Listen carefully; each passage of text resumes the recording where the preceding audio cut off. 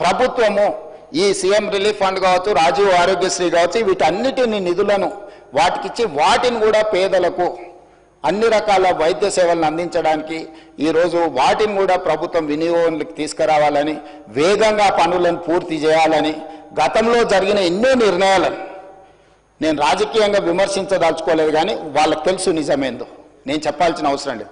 కాబట్టి వీటిని సరిదిద్దుకుంటూ ఒక దారిలో పెట్టి ఒక ప్రయత్నం చేసి దామోదర్ రాజనరసింహ గారు ఎడ్యుకేషన్ అండ్ ఇంజనీర్, కానీ by nature is an doctor, social doctor. అంటే సామాన్య సోషల్ డాక్టర్ అంటే పేదవాడికి ఏం సమస్య వస్తుంది, ఆ సమస్యకు ఏం వైద్యం అందించాలని సంపూర్ణంగా అవగాహన ఉన్న దామోదర్ రాజనరసింహ గారిని నేనే స్వయంగా ఈ శాఖ మీరు నిర్వహించాలని పర్సనల్గా వారిని పిలిచి, ఎందుకంటే ఈ శాఖ చాలా విస్తృతమైన సబ్జెక్ట్, ఇదంత ఆషమాషిగా అర్థమయ్యేది కాదు. అర్థమైనా కూడా ఎవ్రీడే ఒక కొత్త ఛాలెంజ్ వస్తుంది.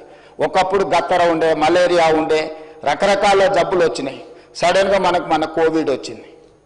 లేదు ఇట్లా ఎప్పటికప్పుడు ఏ రకమైన జబ్బులు సమాజంలో ఎట్లొస్తున్నాయి, ఎందుకు వస్తున్నాయి ఎవరికీ తెలియదు, రకరకాల ఇవి.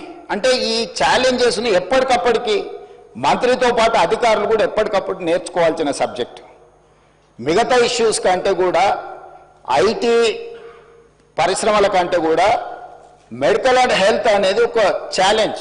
ఈ ఛాలెంజ్ని ఎప్పటికప్పుడు చదివితే తప్ప రోజు పరీక్షకు ఐఏఎస్ ప్రిపేర్ అయినట్టు మంత్రి ఆ రేంజ్లో ప్రిపేర్ అయ్యి అర్థం చేసుకుంటే తప్ప మన పేదలకు వైద్యం అందించలేని పరిస్థితి. అందుకే క్వాలిఫైడ్ పర్సన్ ఈరోజు మనకు ఆ శాఖను నిర్వహిస్తున్నాడు.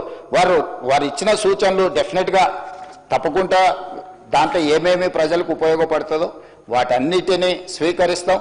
ఇంకా వారు చాలా మీటింగులు కూడా ఏర్పాటు చేసిండ్రు మంత్రి గారు. భవిష్యత్తులో కూడా ఈ అన్ని రిఫార్మ్స్ తీసుకురావాలనుకుంటున్నాం. ఇంకేమైనా సూచనలు ఇచ్చినా తప్పకుండా వాటిని ప్రభుత్వం తీసుకుంటుంది. ఏదేమైనా ఈ రాష్ట్ర ప్రభుత్వం యొక్క ప్రాధాన్యము విద్య, పేదల వైద్యం, ఈ రెండింటి మీద ప్రత్యేకమైన ఫోకస్ పెట్టి, ఈరోజు ఒకప్పుడు భోజనం లేదు, కానీ ఈరోజు భోజనం వచ్చింది కానీ న్యూట్రిషన్ ఫుడ్ లేదు. సో ఈరోజు ప్రజలకు న్యూట్రిషన్ ఫుడ్ అందించాలనుకుంటున్నాం.